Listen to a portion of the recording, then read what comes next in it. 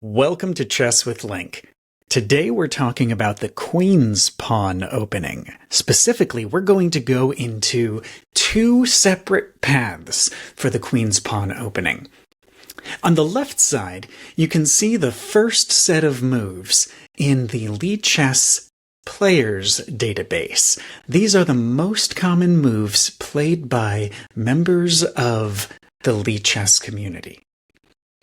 To the right side of that, you can see the most common moves from the Masters database over there on Lichess. So these are high-rated players, and in many cases, these games have been imported from major competitions.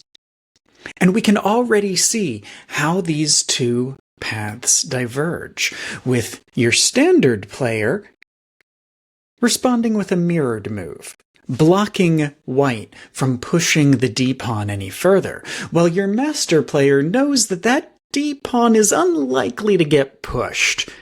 And even if it does, having the ability to put a knight at the center of the board on turn 2 would be incredibly powerful.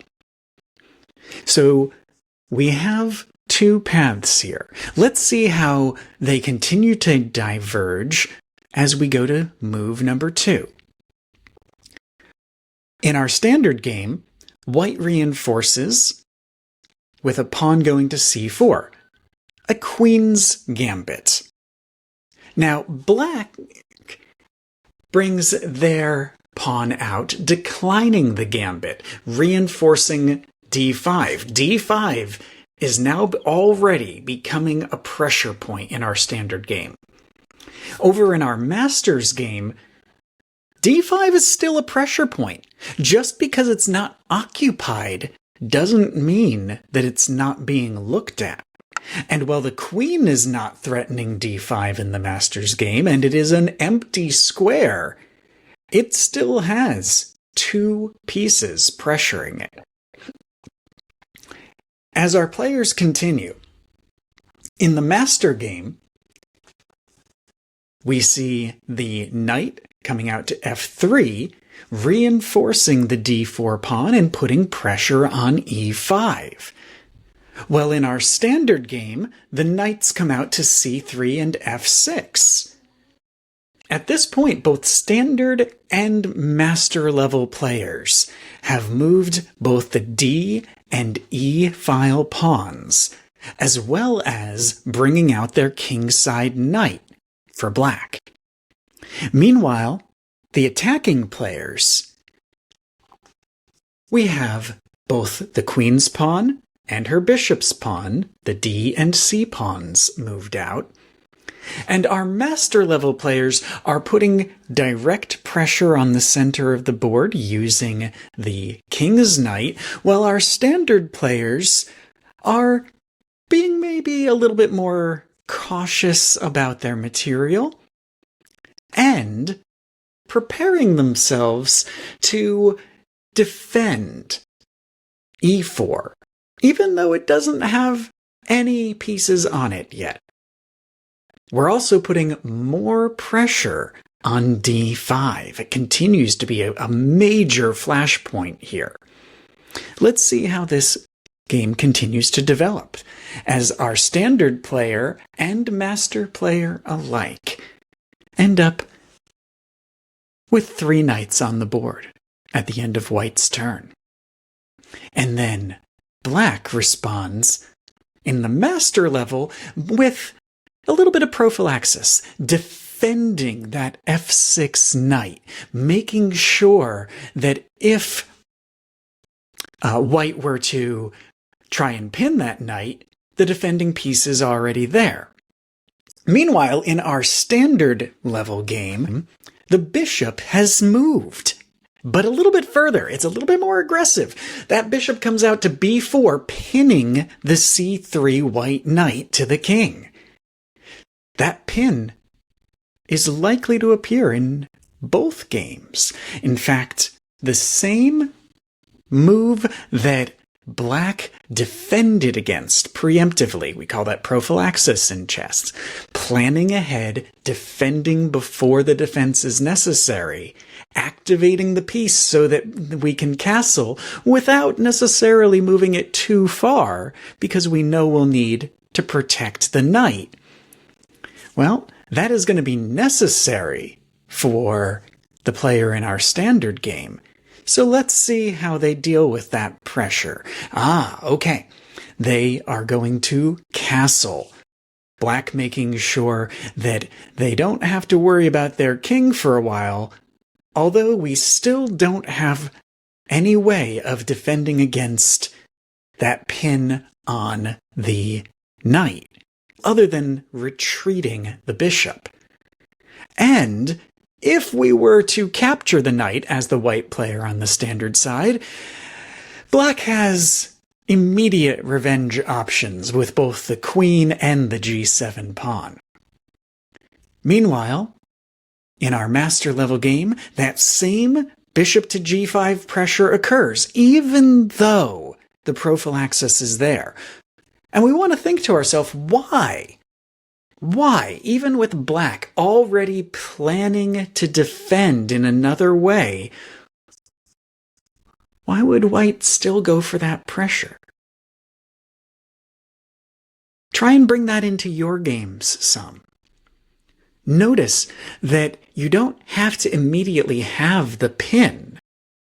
You can go for the pressure because now that e7 bishop on the master level Black side, that doesn't want to move because it would create a pin. Additionally, White can still capture at f6, causing an uncomfortable trade of knight for bishop, and threatening, once again, that if that bishop moves, either the queen will be drawn out or the king's castle will be damaged. It's remarkable how here, several moves in, both standard and master level players have arrived at the same point. Let's keep pressing forward a couple more turns and see how both your average opponent on the internet and high-level chess players continue to develop. And can we see any difference between how we play chess, how regular average players play chess, and how masters play? Our master level moves occupy e3 and give the king an escape square while trying to kick the bishop. And we see that standard players do the same. Now in your standard game, the bishop retreats to h4, keeping that pressure on the knight, that soft pin over towards the queen. And then Black puts a defender on the knight without moving the bishop away. It's good development. It's a great idea. But here's a difference. In the master level game, we already have two defenders on that knight. We have the bishop prophylaxis. We have the g7 pawn. So instead of bringing out the b knight to d7, in our master level game, we see the pawn preparing at b6. Now that pawn doesn't immediately threaten anything, but it does allow the bishop to get out. And it also provides an attacker or a defender on c5, perhaps reducing the possibility of our opponent pushing their c-pawn further now, while letting the light square bishop have a few more options. As these games continue, we see that at the master level, White is now prepared to castle and has moved every piece except the rooks and the queen. And the amount of pressure that is building up on c5 and d5 continues to be immense. Meanwhile, in our standard average player game, that same pressure is occurring. But rather than providing the pressure from a distance, we're occupying the squares. All of the pieces have moved except for the queen and the rooks. But there's more immediate threat of trade among the pawns in that c5, d5, d4, c4 squares. We're going to end it here. We're going to think about where we could move in our individual games, in our own style of chess. Would you have reached either of these positions and gotten this many pieces out and ready to fight? Would you be threatening this far across the board? That is one of the most important things to think about as you are preparing yourself for battles on the chessboard. Are you activating enough pieces? Are you threatening enough squares? And are you recognizing where the pressure is developing on the board and deciding for yourself, not in response to your opponent, deciding how you can build that pressure? How you can get those pieces into an attacking or defending position because you are ready to, not because you're reacting to your opponent's most recent move. And if you are responding to your opponent, you want to be doing it because you're pretty sure you know what they're going to do in 2 or 3 turns, and you're preparing for that, as opposed to just reacting to the most recent move. I'm going to leave you with 2 puzzles today. Now, these puzzles might look a little bit unusual, but what I'd like you to try and do is think of how you could get an appropriate amount of pressure onto the marked squares, whether you're playing as black or white. Both of these puzzles show the amount of pressure on any given square from white's perspective or black's perspective 5 moves into one of those games. So try to find how you can put 1 piece of pressure on the green squares, 2 pieces worth of pressure on the blue squares, and 3 pieces worth of pressure on the red squares.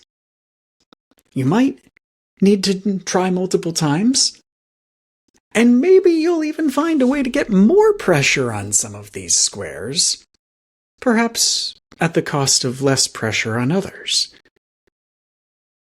Like I said, the solution is 5 moves in to one of those games from white's perspective and the other game from black's perspective. But let's see what you can figure out on your own. And tell us in the comments which solution works easier for your brain, attacking or defending, and which pieces you moved in order to get this pressure, in what order. Because that helps us to build our vision of the board, and build it in a way that's flexible and open to transposition between different move patterns, which will make you more prepared for future trades and attacks than merely memorizing a single path. And if you want to memorize a single path, make sure you check out the notes down below, where I have linked to a bunch of master level games that started with the Queen's Pawn opening.